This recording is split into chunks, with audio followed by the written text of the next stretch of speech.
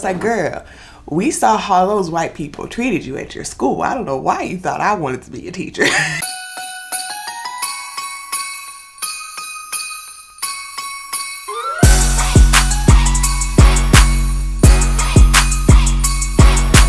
What's going on, everybody? EJ here. Welcome to day 4. Look at me being consistent. I am so proud of myself. I've always wanted to do VLOGMAS, but it takes so much work and so much commitment. But I knew ahead of time I wanted to do this, so I strategically arranged my schedule so that I could. I'm so excited. So if you're watching this video, please subscribe to my YouTube channel. My goal is to get 500 subscribers by the end of this month, by the end of VLOGMAS. I think I'm at 438, so we have 22 to go. So help me reach my goal, please. Okay, so today I'm going to tell a story. We're going to do a story time. My goal is to give different content for the lifestyle content, the lifestyle part of the VLOGMAS. So as you can see in the title, I'm going to tell the story of how I had 40 kids by the time I was 14. Okay, so hold on. Need some fuel. Okay, so the reason why I was going to tell this story is because yesterday I had a meeting with a woman in the community.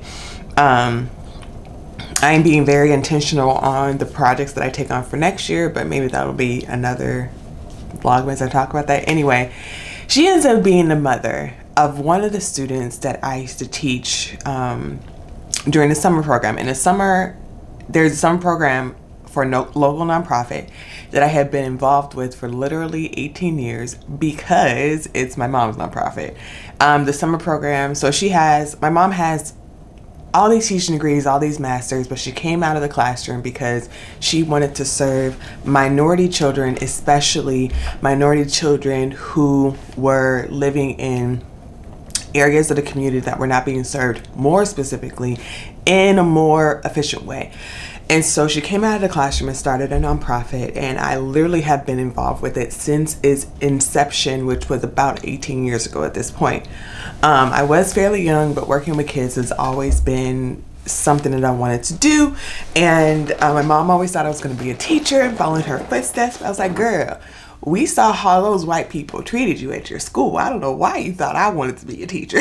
But anyway, that's a whole nother story for a whole nother day. But anyway, the nonprofit has a summer, it's called the Summer Youth Academy, and it's a fine arts and education focused summer program for kids. And I've always taught math, science, and some of music. Part of the music, I came up with this song. So my parents are also pastors, okay? So that may tell you some things about me, some things that you may think about pastors' kids, probably not true for me, but we'll talk about that later. But because of that, of course, grew up in a very strict household with very strict religious rules and all that great stuff. But my parents were very different people, so it was interesting. It was interesting growing up. Anyway, music is also a really big part of my life. I come from an extremely musically inclined family, and so when we were little, my siblings and I, my mom had bought us this Bible books on tape. My mom had bought us this Bible books on tape. First of all, cassette tape. I might be dating myself here, but it was a cassette tape and it had Bible stories on it. At the end of that tape, and you can tell, and again, I'm not trying to like be racially biased, at least in this story specifically, but you could tell it was created by white people. And so at the end of this tape, they had this song. This song, it took, it was like a way to memorize the books of the Bible. And so this was like years later, we started the program, and my mom was like trying to come up with creative ideas to put in the program. And she, of course, there's a Bible element to it. Of course there is. It's a Christian element. It's a Christian nonprofit. And I came up with this idea. I didn't come up with this idea because of course it was out everywhere. But at this point I had forgotten about that Bible tape. And so I had said, oh, let's make a song to help memorize the books of the Bible, because we were trying to teach the kids different methods on how to memorize things because that helps them in school. And so my mom was like, yes, all for it. So I go and I create this song. I remember like years later, I was like, oh, that's why I came up with that idea, because of the Bible book tape. So I just want to throw that out there, saying that the idea came from somebody else, but the song came from me. Anyway, came with the song for the Old Testament books of the Bible. And it's rhythmic and it has dance moves, and I've taught it to the kids literally every summer for 15 years. This past summer was the only summer we did it because, of course, with what's going on, the program had to look different. But yeah, this was the first summer that I did not teach it. So I taught it every day for 15 years. Every year the moves changed, but the melody stayed the same. And of course, I'm not out here changing the names of the Old Testament books of the Bible. So the woman daughter was one of my students when she was like 5, 6, 7 years old. Currently, her daughter is in high school. So we had the meeting. It was great. I said all that as a preface to the story I'm getting ready to tell. Just hold on a minute. So the meeting with the woman is great because like I said, I'm being more particular about the projects that I take on next year, and really, really exciting projects. I'm so excited to be working with her and her company. But she was like, you know, and I'm not going to say the daughter's name, but I'm just going to refer to her as daughter. Okay. All right. So she was like, you know, Miss Erica, I just have to tell you this. First of all, I can always tell how people know me by what title they call me. But so anyway, she's like, Miss Erica, I just have to tell you something. And I was like, what? Because we were at the end of the meeting. She's like, my daughter still remembers that song. And I was like, well, which song? Because again, I told you we're musically inclined. We have a whole music program where they learn instruments and all that type of stuff. And I'm usually involved in a music program for the summer program. And that's where her daughter had went. She was with us for 1 year for the summer program. And she was like, the books of the Bible song. And I was like, no way. So again, remember, her daughter was like 5, 6, 7 when she was in the program. She's in high school now. And I was like, you're lying to me. I was like, you've got to be kidding me. She was like, no, I promise. She was like, if I call her now, she'll remember it. And I was like, I don't want to call you a liar. But, so she called her daughter. First to make sure she picked up, because teenagers, right? And she did. So then she FaceTimed her, and she put the phone up to her screen. So we were meeting virtually, and so the lady put her phone up to her camera on her computer to see me. At first, her daughter didn't recognize me, and I'm pretty sure it's because she was on FaceTime with her mom, and then she was holding the FaceTime up to the computer. Plus, again, she was young when I seen her, and I had not seen her since. But then her mom was like, it's Miss Erica, the one that taught you the books of the Bible song. And she was like, oh, hi. And I was like, hey, sweetie. We did all the, the little how you doing things, whatever. And she was like, hey, you remember that books of the Bible song? And I was like, yeah. She was like, Miss Erica doesn't believe that you remember it. Can you sing it for her? When I tell you, her daughter started singing it right away. And she knew she got about 85% of the way through. And she was like, I'm sorry. She's like, that's all I remember. I said, sweetie, I was like, you realize I haven't seen you since you were like 6 or 7. You were in high school now, and you still remember that much of the song.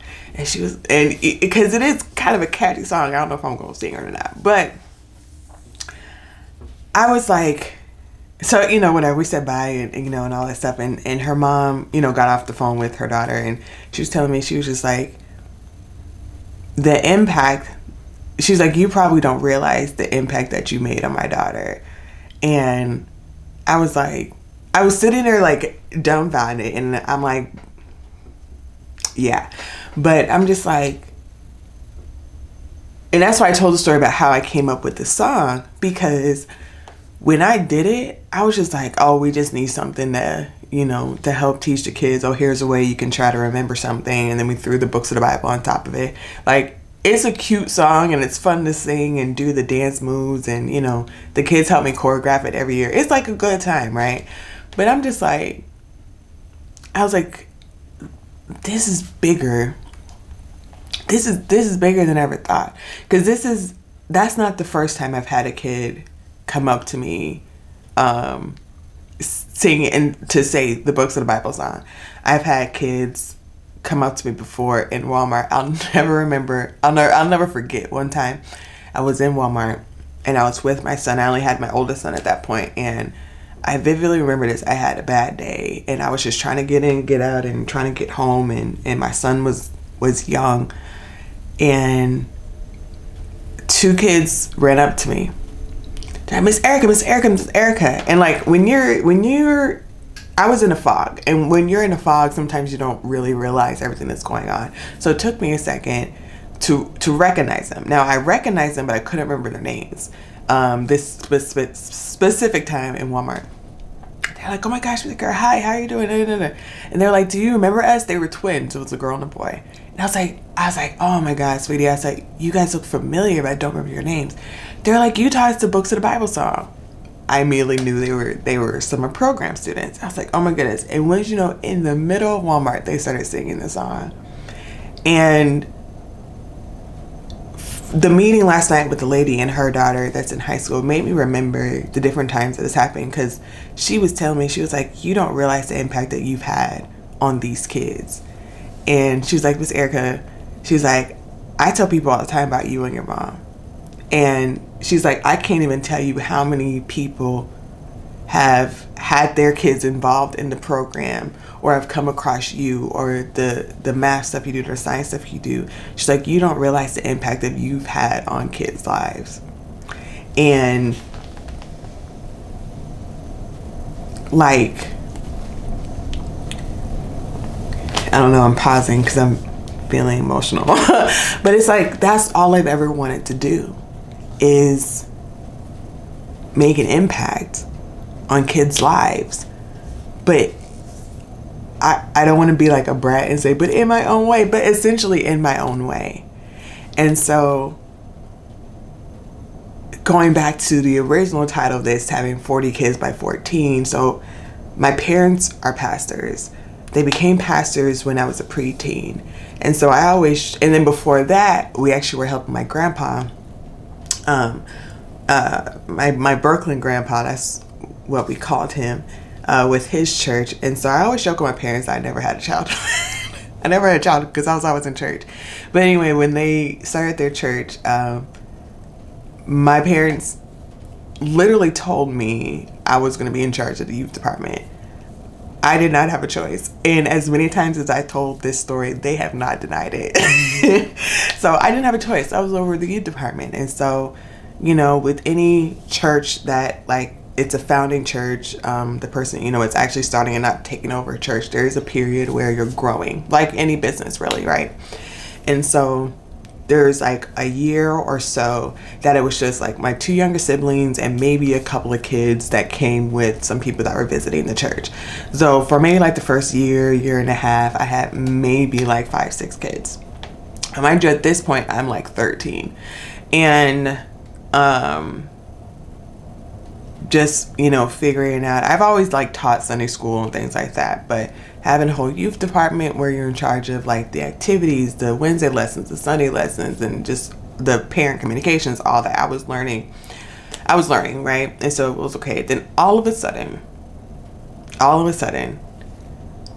we had 40 kids. So I was 14, 15, 16, and I had 40. These numbers are not like inflated.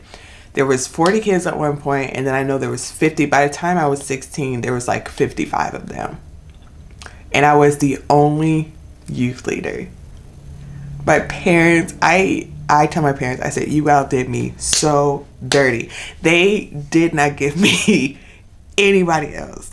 Now, mind you, the church is still new. We didn't have that big of like a committed congregation. We had a lot of people that were coming in and out, but not a lot of like committed people where they would take on like a volunteer role or whatever. So I was teaching Sunday school. I was teaching Wednesday Bible study. I was over the youth choir. I was planning all the youth trips, the communication with the parents, the communication with them, arranging transportation, taking some kids home. So like, I mean, at that point, I had my license and everything, because I was over the youth department for about 10 years. And all this other stuff. And I made it work. I made it work, man.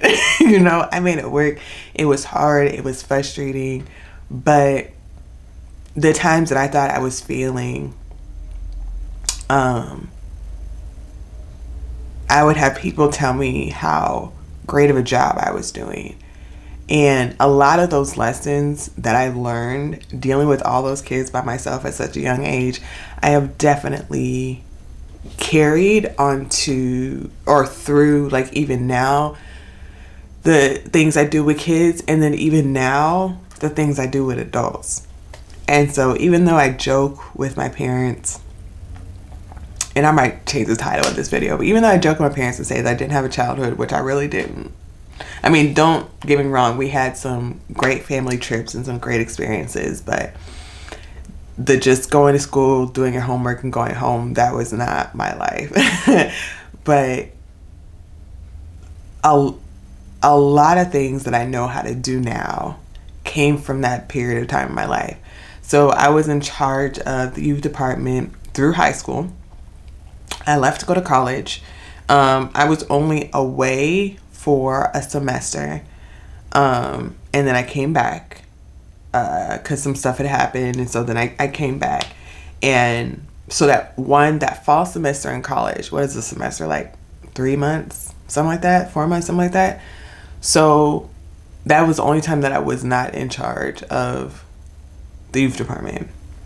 I came back, immediately jumped right back in, and then I officially retired when I was 24 or 25.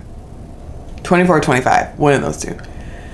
So 10 years, from 14 to 24, 25, I was in charge of the youth department.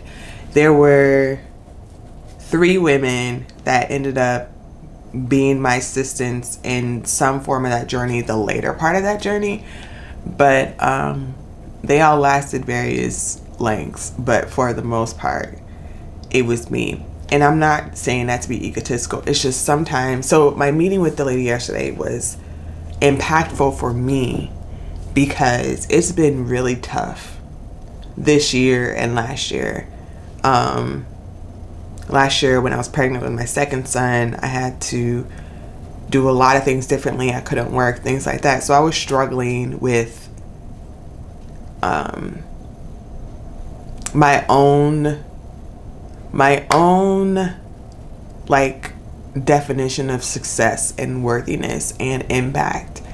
And so and I've been like actively changing that narrative in my head through therapy and other things. And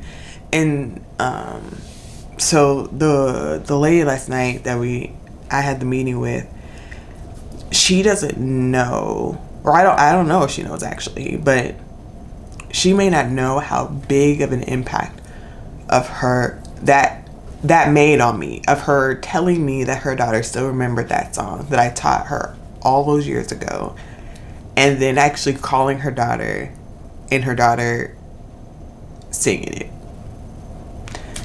So I woke up this morning really grateful, and because a lot of the times, especially when you're serving in church or serving in the community, it's a thankless job. And a thankless job that's also high stress, high commitment, and high responsibility. That doesn't always breed the best emotional, healthy people. And I'm a testament to that. And even though I've been actively doing things to help fix and change the narrative and those other things internally and mentally and emotionally in myself, it's nice to be reminded from other people. So yeah, that's the story of okay. So in my head I was gonna test, like, I had 40 kids at 14, which again was true. I don't know, I may change the title, but I guess just you may not think it's important to, if somebody has really impacted your life, you may not realize how important it is or would be to them for you to hear that from you. So I would just encourage everybody to give people their flowers while they're alive, because it's been tough personally, and I know that it's been tough for pretty much everybody this year, but there's just some personal things going on, and it's been tough to fight that feeling of wanting to give up. And that conversation last night just breathed new life. I don't want to say new life, that sounds weird, but just like encouraged me to keep going. So give somebody their flowers. Give somebody the flowers while they're still alive. So